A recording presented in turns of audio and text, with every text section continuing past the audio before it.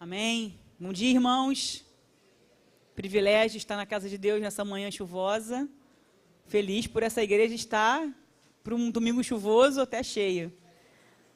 Esse tema é um tema de muita importância. Eu fico pensando, dentro do tema dinheiro, um assunto espiritual, há muita coisa que pode ser abordado. E essa é uma matéria que a gente, na escola de vida, chama de prosperidade com propósito. Qual o nome na escola de vida, a matéria? Ou é dinheiro mesmo, assunto espiritual? Altamente espiritual.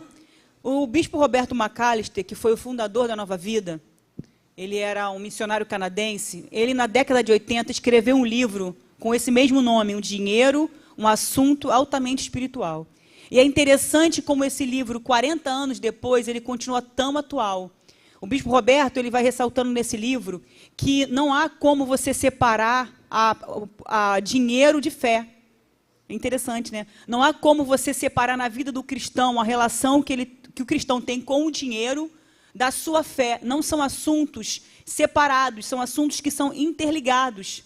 Muitas pessoas, por causa do amor ao dinheiro, por causa da sua relação equivocada com o dinheiro, acabam abandonando a fé, ou acabam servindo ao dinheiro como a um Deus e deixando Deus em segundo lugar na sua vida, ou em terceiro plano.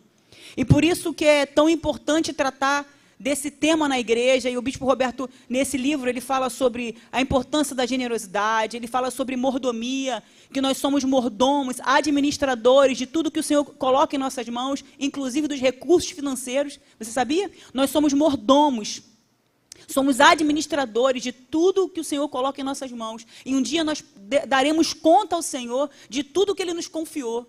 Os recursos que Ele colocou em nossas mãos, né, os filhos que o Senhor nos deu para que nós o criássemos para a glória dEle. Então, tudo que Deus coloca nas suas mãos como responsabilidade um dia, você dará conta a Ele.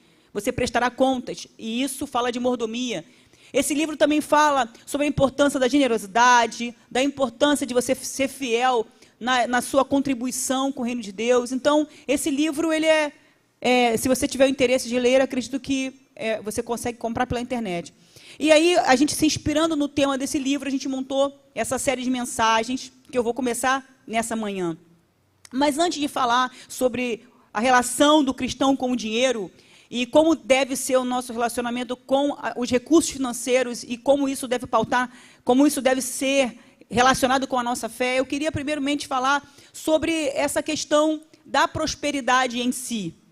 É um tema que em muitos lugares se tornou uma abordagem, por uma abordagem equivocada, acabou gerando uma rejeição, né? Falar sobre prosperidade, as pessoas acabam relacionando com a teologia da prosperidade, que em muitos lugares se prega uma barganha com Deus, como se você der mais a Deus, Ele te dará mais em troca, gerando dentro do coração do cristão um sentimento de barganha, como se, eu vou ofertar mais para que Deus me dê mais, gerando até mesmo um sentimento de interesse, interesseiro, né?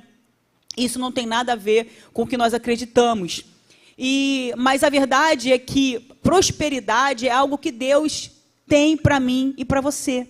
Sim, o Filho de Deus, a nova criatura, quando nós nos tornamos novas criaturas, o estado de prosperidade, ele se instala na nossa vida. E você sabe por quê? Alguém sabe? Porque a gente passa a ser a residência do próprio Espírito Santo. O Espírito que criou, né? Deus disse, haja luz. No princípio havia, né, o caos, e o Espírito, ele parava pela face do abismo, a terra era sem forma e vazia, o Espírito pairava sobre a face das águas, e Deus disse, haja luz, e houve luz. Estava lá na criação o Pai, o Filho e o Espírito Santo. Tem um versículo, um salmo que diz que tu envias o teu Espírito e todas as coisas são criadas. Então, quando eu e você nos tornamos novas criaturas, o Espírito Santo passa a habitar em mim e você.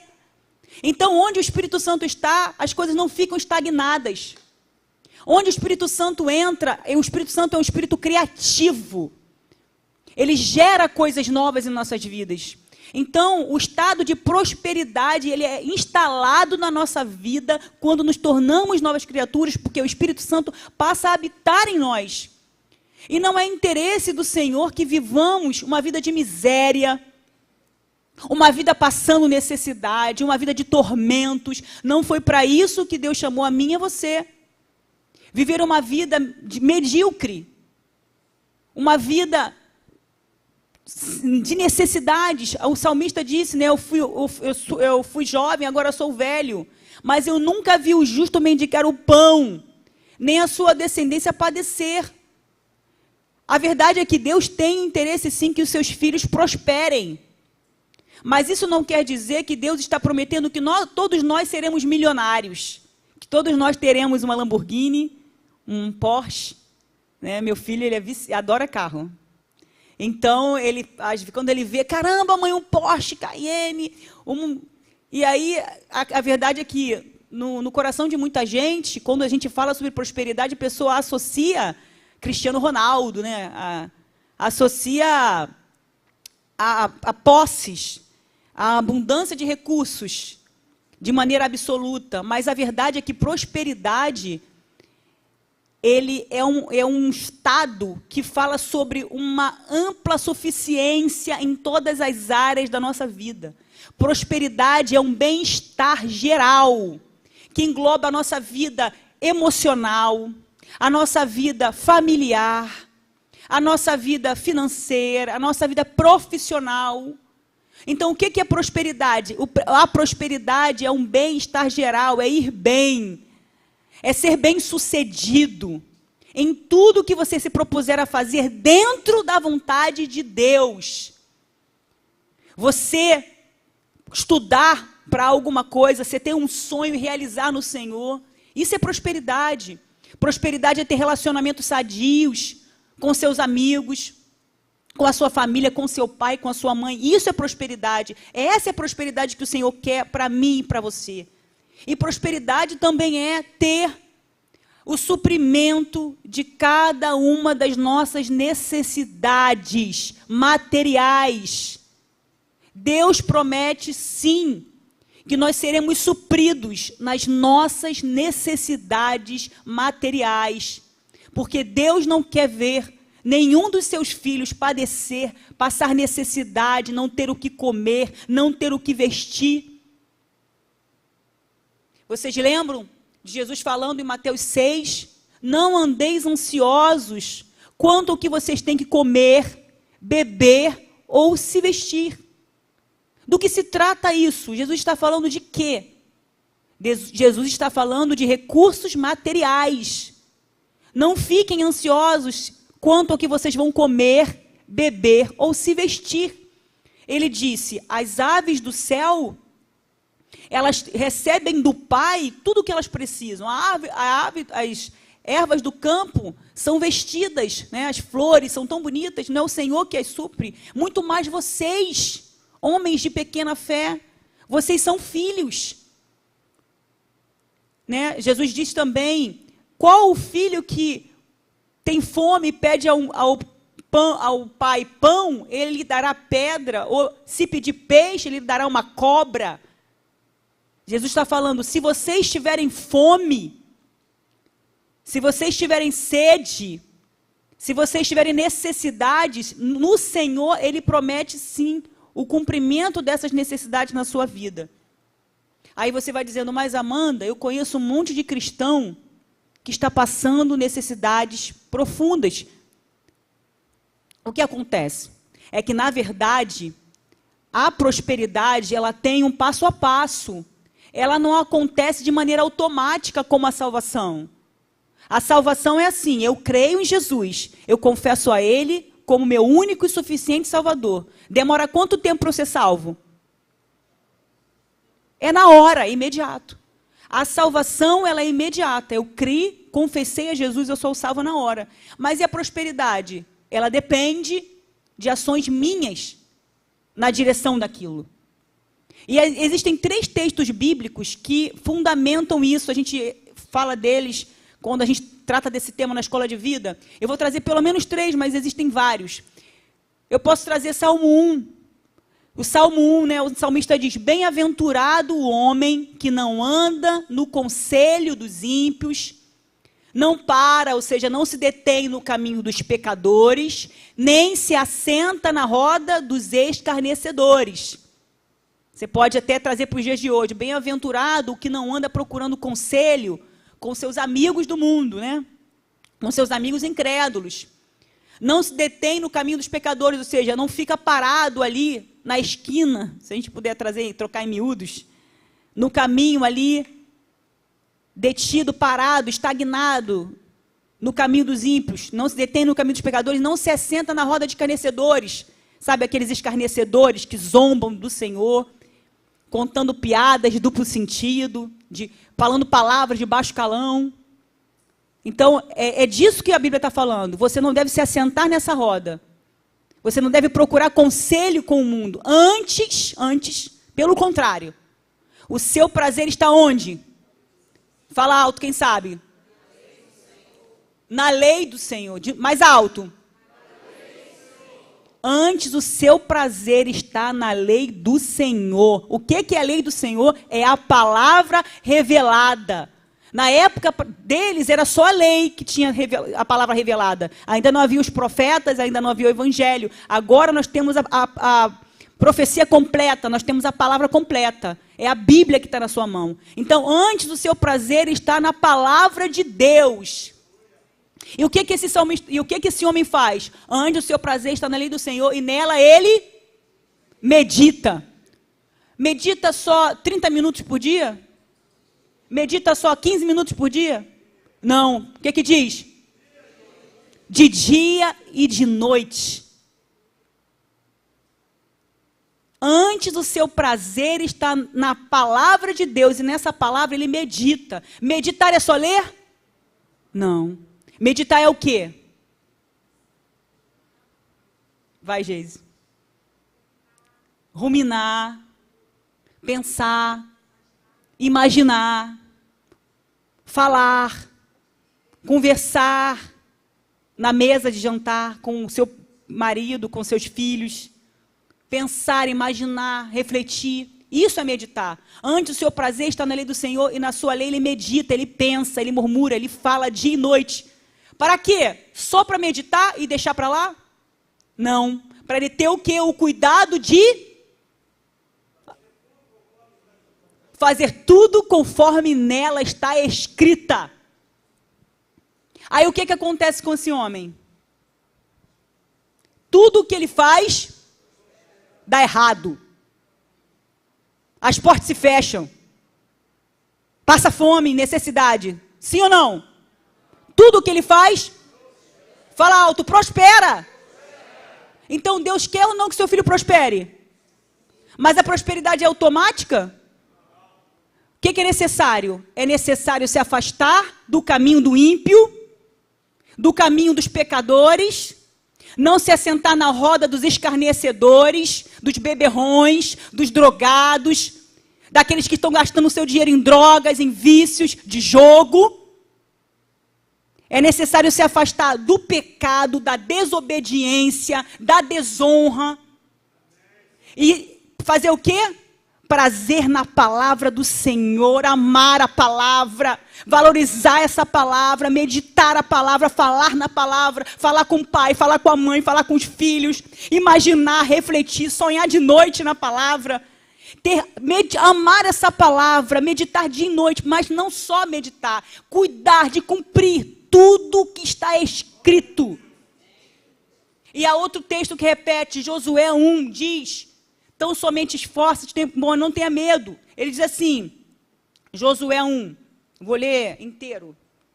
Tão somente esforça-te, tem muito bom ânimo, cuidando de fazer, cumprir, obedecer, prática, ação, tudo o que está na lei, que o meu servo Moisés te ordenou. Não se desvie, não se afasta, nem para a esquerda, nem para a direita. Tem que andar no caminho do Senhor, a fim de que você seja bem-sucedido por onde quer que andares, para que os negócios, os seus negócios, as coisas que você propuser a fazer, venham dar certo.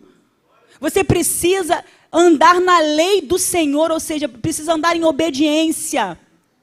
Não se aparte da tua boca o livro desta lei, ou seja, não pare de falar da palavra. Não fale do problema, não fale, está difícil, olha a escassez, olha a necessidade, esse desemprego, está dando tudo errado. Não diga, vai ter corte de gastos, capaz que eu vou perder o emprego mesmo. Não diga a este governo, a esta recessão, a esta inflação. Não diga a essa taxa de juros. Não diga a esta falta de crédito. Não diga, maldito cartão de crédito, meu nome sujo. Não diga.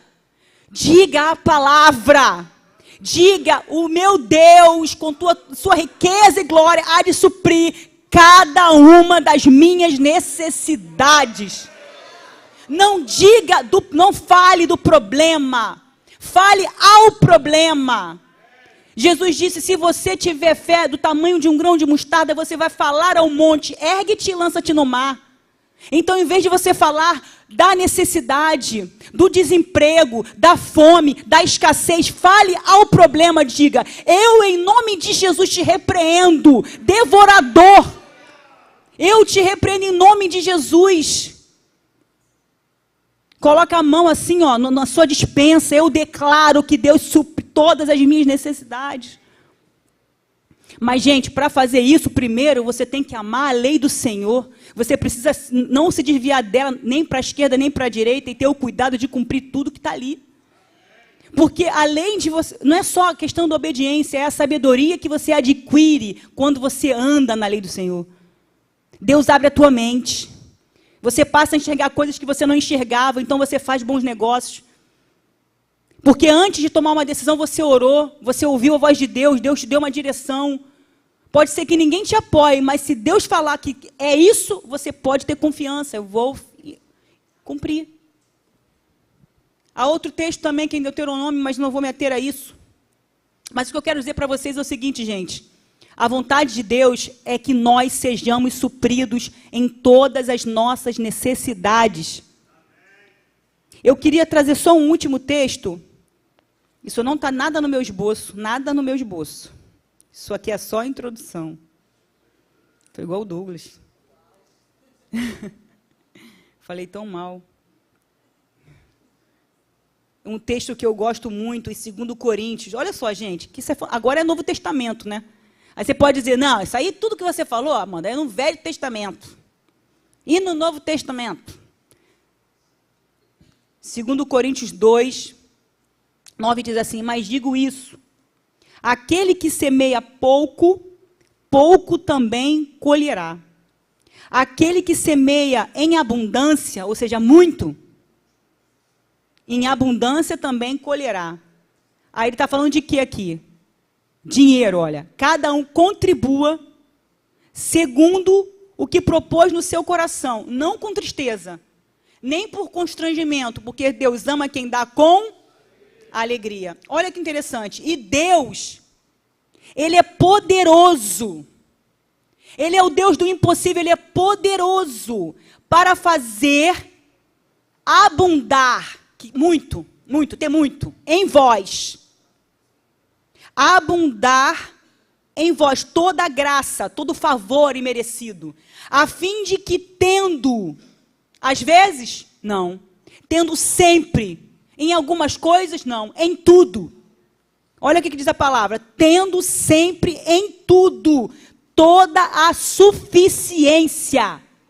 Olha o que Deus promete, se você não semeia pouco, ou seja, se você não entrega pouco ao Senhor, isso aqui, gente, fala de recursos financeiros, mas também da tua vida, do teu tempo, do melhor do teu coração. E isso não está falando sobre quantidade. Deus não está preocupado se você está dando 1.000 ou se está dando 5 centavos. Ele está preocupado com o seu coração. Como é o seu coração quando você se dá para fazer a obra de Deus? Você está dando o teu tempo. É o melhor do teu tempo ou o que te sobra? É o que não te faz falta? É o que você está entregando para o Senhor? Então, isso não vale de nada. Deus não está preocupado com o seu dinheiro. Deus não está preocupado. Deus não precisa de nenhum de nós.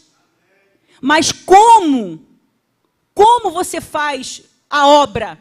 Como você oferta? Como você entrega a Deus? Não é o que você entrega, mas como você o faz. Você o faz dando a Ele o que está te sobrando, o que não te custa, ou você está sangrando no reino?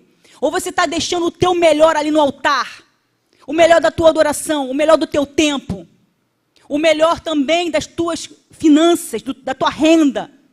É isso que Deus está interessado. Então ele diz aqui, ó, quem semeia muito, não tem jeito, gente. A Bíblia diz, de Deus não se zomba. O que o homem semear, isso ele vai colher.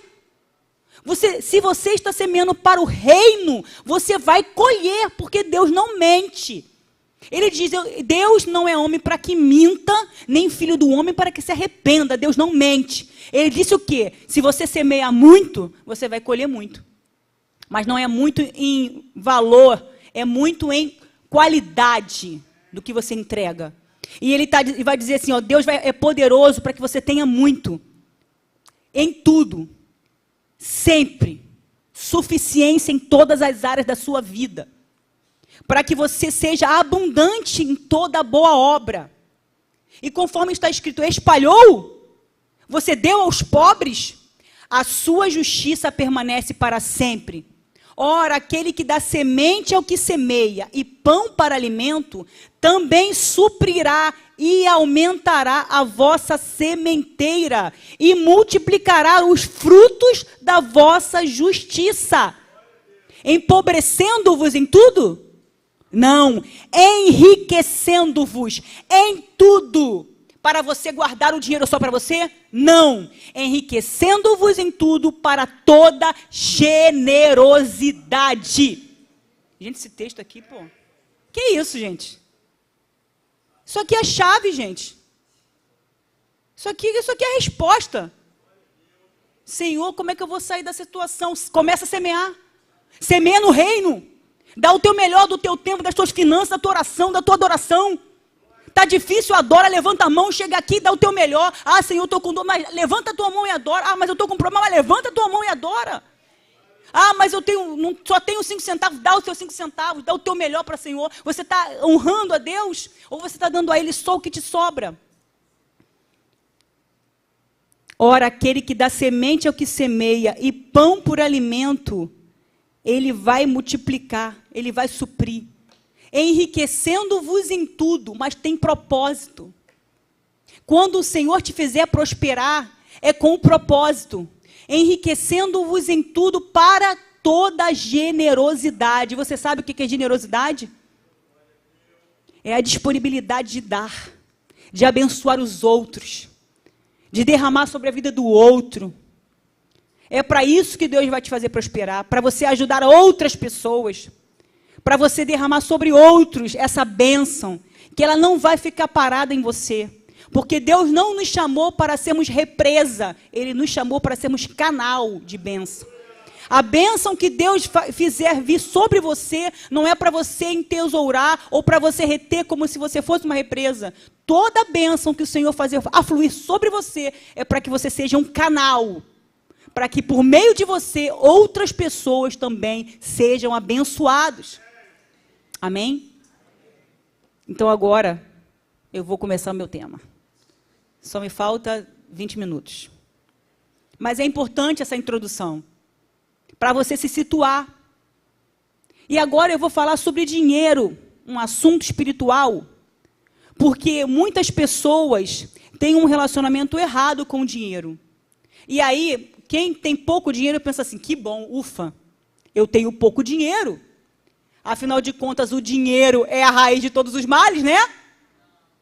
Aí, caramba, pensei que ia te pegar. O dinheiro é a raiz de todos os males, não é não? Não.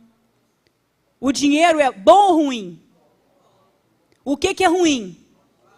O amor ao dinheiro. O amor ao dinheiro é a raiz de todos os males. O dinheiro não é ruim, mas o amor ao dinheiro é ruim. O fogo, por exemplo, o mesmo fogo que prepara o alimento é um fogo que pode incendiar uma casa. Então, a questão é o uso que nós fazemos daquilo. De que forma você utiliza o seu dinheiro? Ele é o teu dono? Ele é o teu senhor? É ele que comanda a sua vida? Ou ao contrário? Então, gente, é muito importante que você entenda que é necessário ter uma relação correta com o dinheiro. uma questão, né? A gente começou a falar sobre prosperidade, e aí muitas pessoas, quando chegam à casa do Senhor, estão desempregados, estão passando dificuldades, aí começam a estudar a palavra, começam a ouvir, começam a crer, começam a colocar em prática os princípios, aí a pessoa prospera. Aí o que acontece quando a pessoa prospera, a pessoa é abençoada, a pessoa passa no concurso? Aí acontece o que está aqui em Deuteronômio 8, versículo 12. Não aconteça que depois de vocês terem comido e estarem fartos, depois de haveres edificado boas casas e morado nelas, depois de se multiplicar o teu gado, os seus rebanhos, ou seja, a sua conta bancária, e aumentar a sua prata e o seu ouro, e ser abundante tudo o que vocês têm, não aconteça que se eleve o seu coração, e vocês se esqueçam do Senhor seu Deus, que os tirou da terra do Egito, da casa da servidão. Ouça bem isso.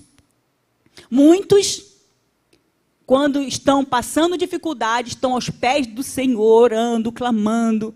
E depois que passa na prova, e depois que prospera, e depois que entra para a faculdade, depois que arruma um emprego, cadê?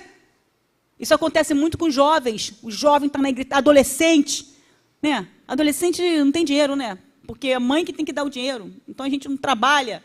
O adolescente geralmente não trabalha. Então o adolescente está na casa de Deus e se envolve. E está em tudo o adolescente.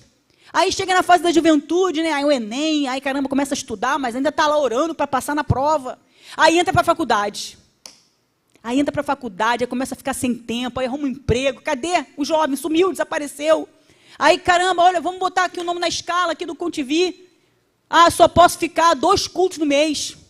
Porque o outro, caramba, o outro tem que usufruir meu dinheiro, o outro tem que estudar para a prova, o outro é... E aí você começa a ver isso acontecer na prática. E o que acontece ao final de um tempo? Muitos se afastam da casa do Senhor. Essa novela a gente já viu acontecer muitas vezes. Então, cuidado.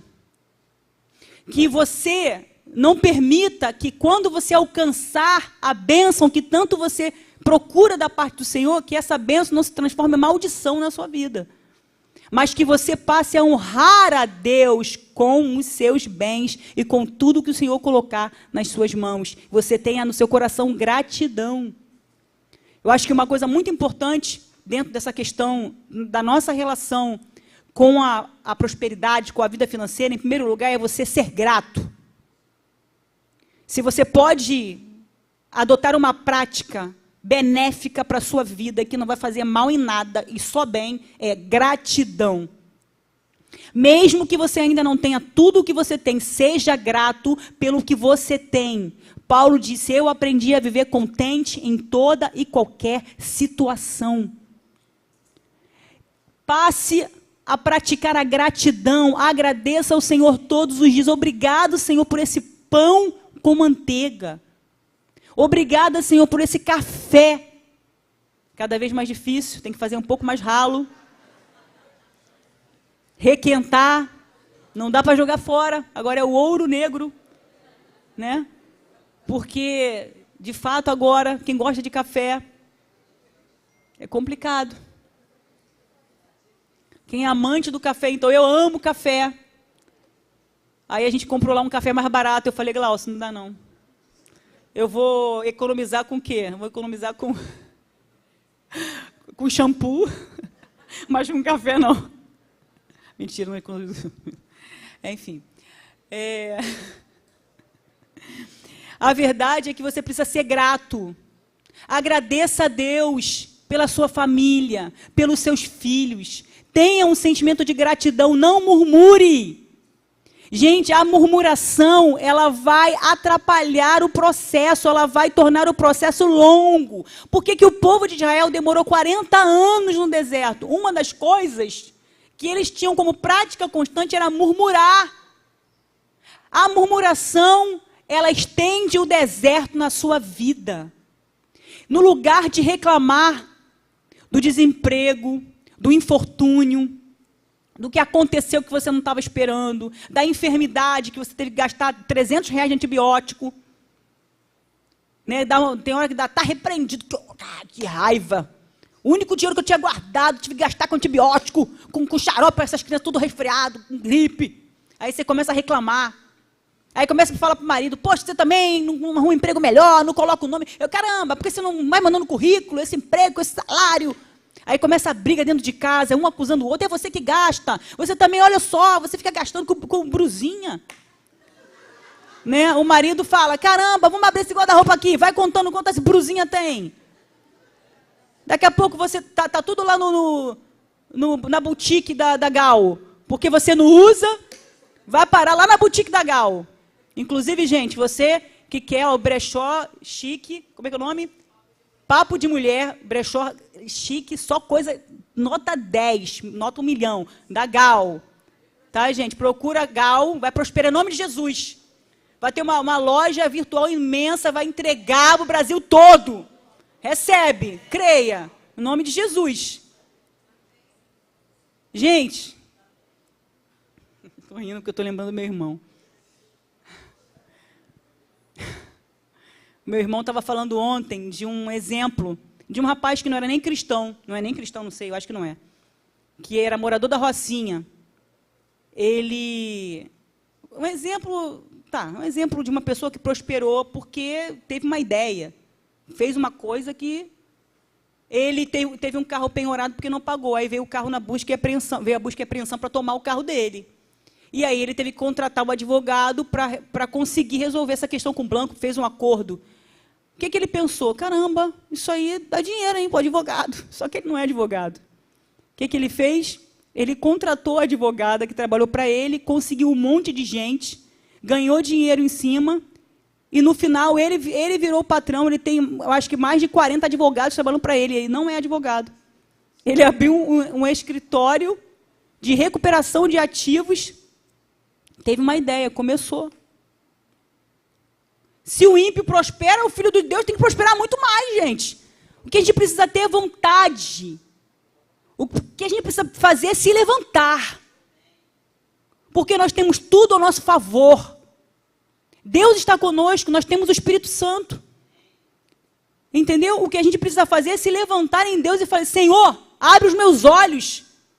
Eu sei que muita gente nessa igreja está passando por dificuldades financeiras. A gente atende em gabinete muitas situações, a gente não tem respostas para tudo, mas a verdade que eu sei é que a palavra de Deus não mente. Aplica os princípios, coloca o reino de Deus em primeiro lugar, porque as outras coisas serão acrescentadas. Começa a colocar o reino de Deus em primeiro lugar, faça a obra do Senhor, chuva, sol, chovendo canivete, tempestade, prioriza o reino de Deus.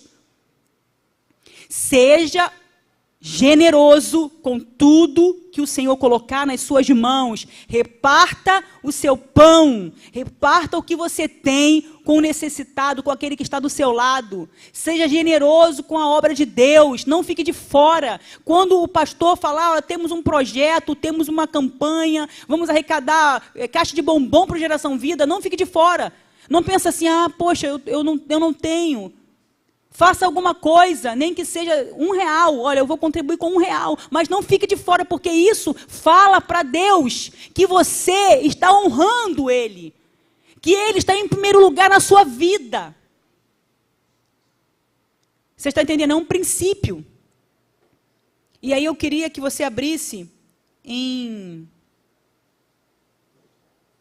Provérbios, capítulo 3, versículo 9. Eu falei um monte de coisa, meio misturada essa manhã. Mas eu queria que você entendesse que na sua relação com o dinheiro, uma das coisas que você precisa ter como baliza firme é o princípio da honra. Grava para você essa coisa, honrar. O princípio da honra é muito importante para o Senhor. Provérbios 3:9, é isso mesmo? Olha, gente, a honra é tão importante que um dos mandamentos com promessa é o mandamento honra teu pai e tua mãe. E o que é honrar? Alguém sabe o que é honrar?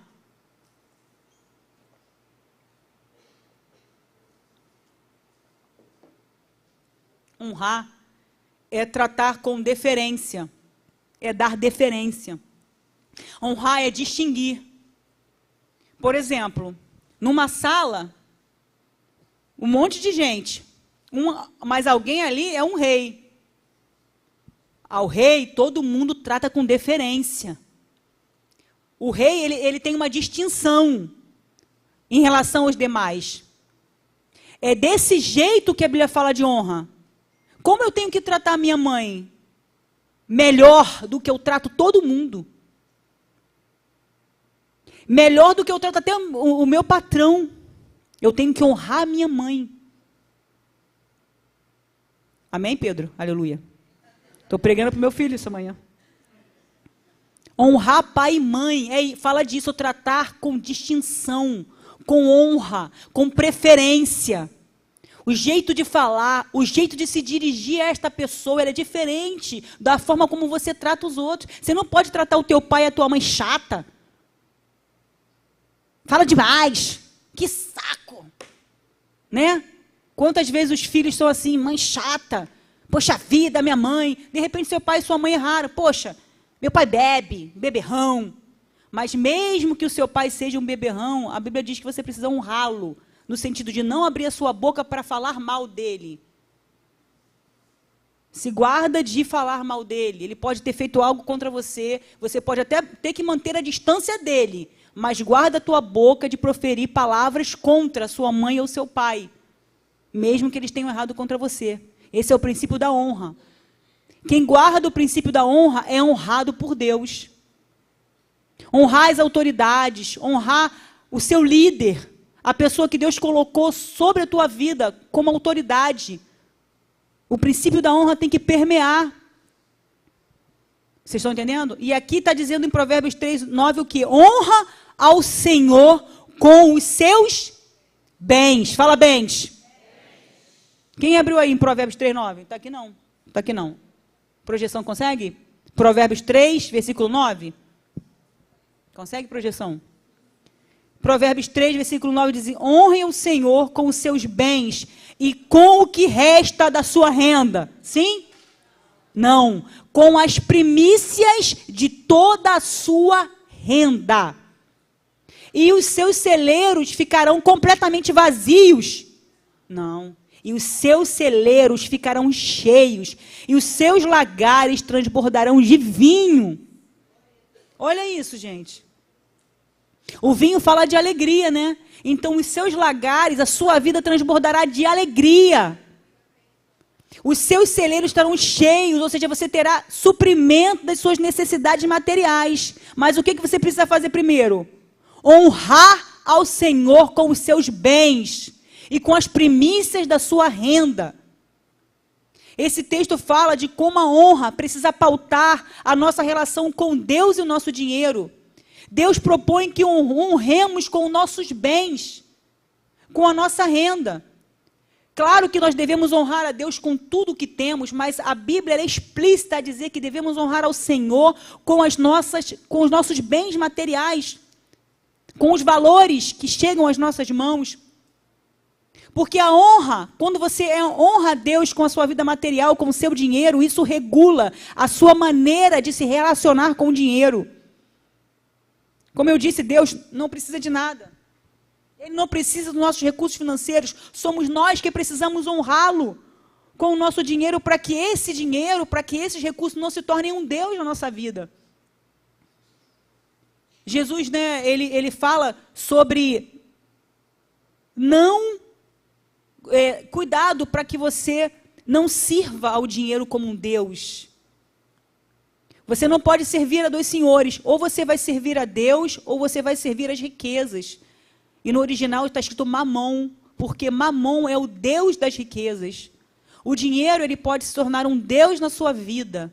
Quando você ama esse dinheiro e você é incapaz de dispor desse dinheiro, dessa quantia, para ajudar alguém necessitado, para ajudar algum familiar, ou até mesmo para trazer o seu melhor na casa de Deus. Você sempre dá o que te sobra. É porque você tem apego e amor a esse dinheiro. Pode ser que você tenha amor ao dinheiro porque sempre lhe faltou. Na infância, você passou muitas necessidades e agora que você tem um pouco mais, você tem muita dificuldade de dispor porque você acha que você vai ficar sem. Você não consegue crer que Deus é o Deus que supre as suas necessidades. Então, por falta de fé, você se apega demais ao que você tem e é incapaz até mesmo de ajudar o seu irmão, um familiar que está precisando, ou até mesmo de se envolver na obra de Deus. Porque você tem uma relação com o dinheiro porque te faltou. Então, você passou a amar esse dinheiro que te faltava. Agora que você tem um pouco mais, você é incapaz de dispor dele. Você retém mais do que é devido. Faz sentido? Faz sentido, eu vejo isso acontecer também. Então, gente, na verdade, uma coisa que eu falei também lá no começo, não adianta fazer apenas a coisa certa. Você precisa fazer a coisa certa do jeito certo. Deus não está preocupado só no que você faz, mas em como você o faz. Então, muitas pessoas são ofertantes, são dizimistas, até ajudam, mas como está fazendo isso? Malaquias, capítulo 1. Quem puder abrir Malaquias, capítulo 1, versículo 6, do 6 ao 10. Malaquias é o último livro do Velho Testamento. Fica mais fácil. Vai em Mateus, volta 1, é Malaquias. Malaquias diz assim, Malaquias 1, versículo 6. O filho honra o pai. O servo respeita o seu senhor. Se eu sou seu pai, onde está a minha honra? Se eu sou o seu Senhor, onde está o seu respeito para comigo? Eu, o Senhor dos Exércitos, pergunto isso a vocês, sacerdotes que desprezam o meu nome. Mas vocês perguntam, como desprezamos o teu nome? Vocês oferecem pão impuro sobre o meu altar. Olha isso, pão impuro, pão com fermento, ou seja, vida com pecado. É disso que se trata aqui. Vocês estão oferecendo pão impuro sobre o meu altar, ou seja, vocês estão oferecendo uma vida pecaminosa, suja, com resquício de maldade, de malícia, no meu altar. E ainda perguntam, em que te havemos profanado? Nisso, que vocês pensarem que a mesa do Senhor pode ser desprezada. Quando vocês oferecem em sacrifício um animal cego, será que isso não está errado? E quando vocês trazem um animal coxo ou doente, será que isso não está errado? Ora, experimentem oferecer um animal desses ao seu governador. Será que ele se agradará de vocês? Ou será favorável a vocês? Diz o Senhor dos Exércitos. E agora, sacerdotes, supliquem o favor de Deus, para que nos conceda a sua graça. Mas com tais ofertas nas mãos, será que ele será favorável a vocês? Diz o Senhor dos Exércitos. Quem dera houvesse entre vocês alguém que fechasse as portas do templo. Quem dera fechassem a igreja, para que não acendessem em vão o fogo do meu altar. Eu não tenho prazer em vocês, diz o Senhor dos Exércitos, nem aceitarei as suas ofertas. Olha que interessante. Deus diz, eu não tenho prazer em vocês, e nem na sua oferta. Em primeiro lugar, Deus está preocupado com você, com o seu coração. Porque a sua oferta ser recebida ou não vai depender de como está o seu coração, como está a sua vida. Aqui em Malaquias ele diz, eu não tenho prazer em vocês. E se vocês lembrarem de outro caso de oferta, Caim e Abel, diz a Bíblia que Abel, das primícias do seu rebanho, trouxe para Deus uma oferta. Ou seja, Abel deu dos primeiros frutos do seu rebanho. Quando o seu rebanho passou a ter as primeiras crias, em vez dele comer desse rebanho, em vez dele guardar, ele pegou e entregou tudo ao Senhor em holocausto. Caim, pelo contrário, ao final de um tempo, ou seja, depois que tinha passado já o tempo da colheita, Caim entregou uma oferta a Deus. Isso fala de quê? Caim não entregou as primícias. Ele não deu dos primeiros frutos, ele deu do que sobrou. Caim colheu a sua colheita, né? Ele se alimentou dele, utilizou, e o do que sobrou, ele entregou para o Senhor. E aí, eu vou até ler aqui, olha como é que é interessante. Aconteceu que ao fim de um tempo, Caim trouxe do fruto da terra uma oferta ao Senhor.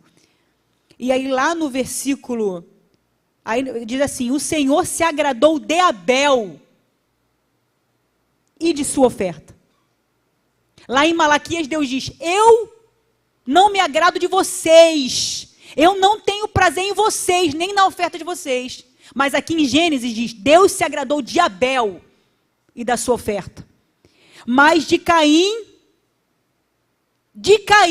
e da sua oferta o Senhor não se agradou. Caim ficou muito irritado, fechou a cara. Então o Senhor lhe disse: por que você está irritado? E por que essa cara fechada? Se você fizer o que é certo, não é verdade que você será aceito? Mas se você não fizer o que é certo, eis que o pecado está à porta, à sua espera. O desejo dele será contra você, mas é necessário que você o domine. Olha que interessante. Deus não está interessado na sua oferta, mas em você.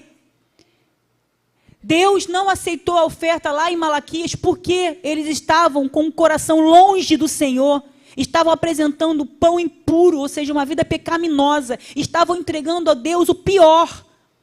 O animal ferido, um animal machucado, cego, coxo, algo que não valia.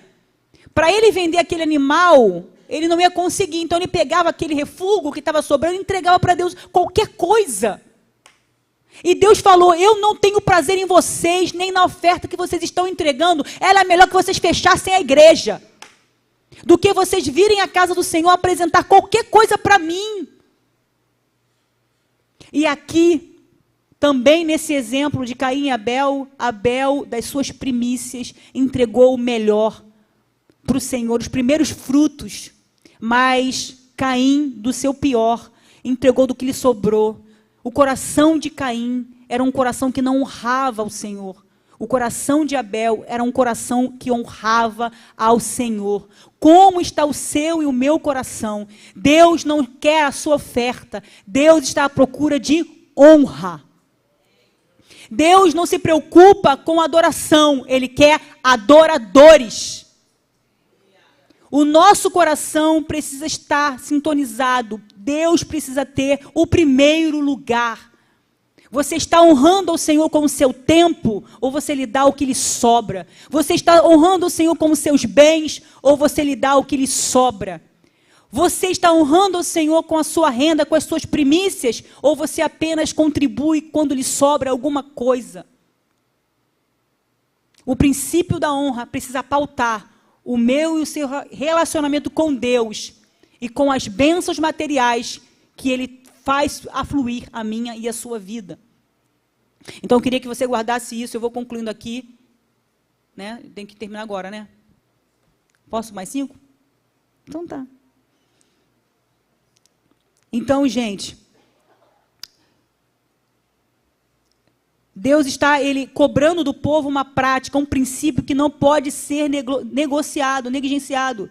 A honra e o temor precisam estar fixados no nosso coração. Honra e temor. Ele diz assim: se eu sou o pai de vocês, por que vocês não estão me honrando? Ou seja, por que vocês estão me tratando como se eu fosse qualquer um? Por que vocês estão trazendo para mim o pior? Vocês não estão me honrando com o que vocês têm, com o que vocês são. E se eu sou Senhor, por que vocês não me temem? Vocês sabem o que é temor? O temor é o senso da onipresença de Deus. Onde você está, o Senhor está com você.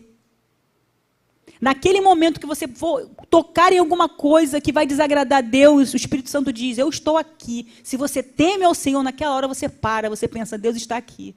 E diz que o temor do Senhor é o princípio da sabedoria. Revelam prudência todos que a praticam.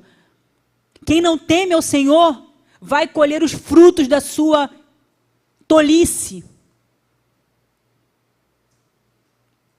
Sofrimentos, dores, porque não teme ao Senhor. Mas quem teme ao Senhor, tem ao Senhor como o seu dono, o seu rei. Você vai entender onde você está, o Senhor está contigo. Então você precisa honrar ao Senhor com as suas atitudes. Na faculdade, na escola, no grupo dos amigos. É nessa hora que você precisa honrar ao Senhor. Você precisa distinguir o Senhor dentre todos os outros, tratar Ele com deferência. E é interessante que no Antigo Testamento, no tabernáculo, né, de Moisés, a adoração ela não era feita através de música. A música surgiu na adoração no templo, no tabernáculo de Davi. Como era feita a adoração? Era feita através de ofertas de animais que eram oferecidos. Então, a adoração é isso que você entrega ao Senhor, aquilo que te custa. Você precisa entregar ao Senhor uma adoração que te custa. Muitas vezes a gente chega na igreja, né? A gente não quer levantar as mãos porque está cansado, porque está com problema. Você precisa apresentar a Deus o que te custa. Davi, numa situação em que tinha que apresentar um holocausto a Deus, de animais, o dono do rebanho queria doar. Toma, Davi, pode fazer, que é isso. Mas Davi falou, eu não posso dar a Deus o que não me custa. O que você está entregando a Deus? Está te custando? É o teu melhor? Você está dando com alegria ou por constrangimento? Por constrangimento não adianta. Só porque o pastor vai ver, só porque o irmão do lado está vendo, não adianta, não faça, não dê. Dê com liberalidade, com coração generoso, com alegria de poder contribuir, de poder ajudar alguém.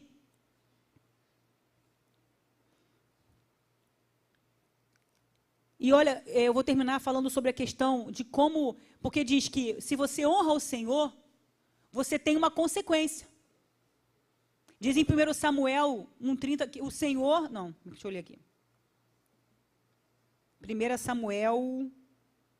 Agora não sei onde eu coloquei. O Senhor diz, eu honro aqueles que me honram.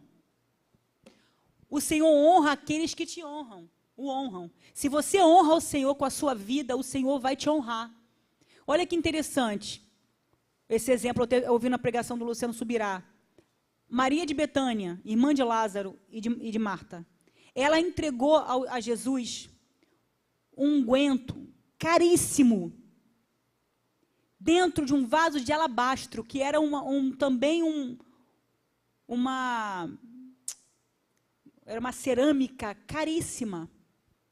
Ela entregou, e era o trabalho de 1 ano de serviço dos judeus. Eram 300 denários, se eu não me engano. Um denário remunerava 1 dia de trabalho de um judeu. E os judeus só trabalhavam 6 dias na semana e descansavam no sábado.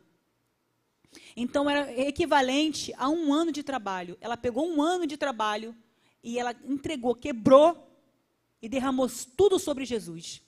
E aqueles homens que estavam ali, principalmente Judas, né, Iscariotes, que cuidava da bolsa, e ele era ladrão, roubava o que era do Senhor, ele pensava, poxa, em vez de gastar, desperdiçar esse dinheiro em cima de Jesus, podia ter pegado esse dinheiro e a gente dava para os pobres. Mas Jesus falou, não, o que ela fez por mim hoje, essa honra que ela me prestou, será lembrada por todas as gerações, por onde o evangelho será pregado, se ouvirá de Maria de Betânia, que me honrou, me dando o seu melhor, de algo caríssimo, que lhe custou muito, que inclusive apontou, foi um ato profético, porque Jesus morreria, e a Bíblia diz que o corpo, lá no Velho Testamento, uma profecia dizia que o corpo do Senhor não veria corrupção. Então, de maneira profética, aquele unguento foi derramado sobre Jesus, aquele óleo. E Jesus disse, ela será lembrada onde o evangelho for pregado. O que Jesus estava dizendo? Ela será honrada, porque me honrou.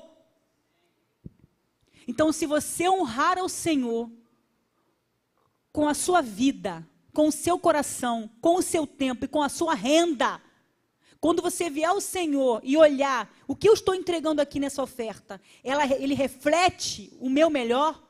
Ou eu estou dando a Deus o que me sobra, o que não me faz falta? Toda vez que você venha entregar sua oferta ao Senhor, olhe para ela e diga, eu estou dando o meu melhor ou eu estou dando do que me sobra? Toda vez que você entrar no seu quarto em oração, pense, eu estou dando a Deus o melhor do meu tempo ou eu estou dando o que me sobra? Toda vez que você colocar o teu nome na escala do ministério que você trabalha, você pergunta, eu estou dando a Deus o meu melhor ou eu estou dando a Deus o tempo que me sobra? Deus não está interessado no teu trabalho, Deus não está interessado no seu dinheiro, Deus não está interessado no teu serviço, Deus está interessado em você e em que você tenha um coração para honrá-lo. Amém? Então, vamos curvar a cabeça. Queria que você tivesse isso, né? O primeiro domingo. Venha todos os domingos. À noite o Glaucio também tem uma palavra maravilhosa para você. O Glaucio vai falar sobre onde começa a prosperidade. Para eu prosperar na minha vida, financeiramente ou em todas as áreas, onde tem que começar a prosperidade? Vou dar um spoiler. Posso? Aqui, ó. Dentro de você. Muitas pessoas estão presas num sentimento, um espírito de miséria, porque não prosperam por dentro. A prosperidade, ela começa dentro e depois ela flui para fora. Então venha à noite, traga alguém, venha todos os domingos, cada semana uma palavra de esclarecimento. Vamos viver, gente, uma revolução nessa área. Muitas vezes os recursos financeiros dessa igreja não são compatíveis com o tamanho dessa igreja. Há muitas pessoas que não são fiéis. Muitas pessoas que não estão dando o seu melhor. Que não seja você uma dessas pessoas, que você não pense, não é comigo. Curva a sua cabeça. Senhor Jesus, nessa manhã, Pai, a minha oração é, Pai, que nós possamos nos arrepender, confessar, ó Deus, o nosso pecado, que não venhamos dizer como os sacerdotes em Malaquias, em que havemos pecado, em que havemos profanado ao Senhor, mas que nós venhamos entender, quando damos ao Senhor, quando oferecemos no altar o pão impuro, quando apresentamos a nossa vida em pecado, com pecado não arrependido, não confessado, quando levantamos as nossas mãos sujas, é nisso que estamos profanando.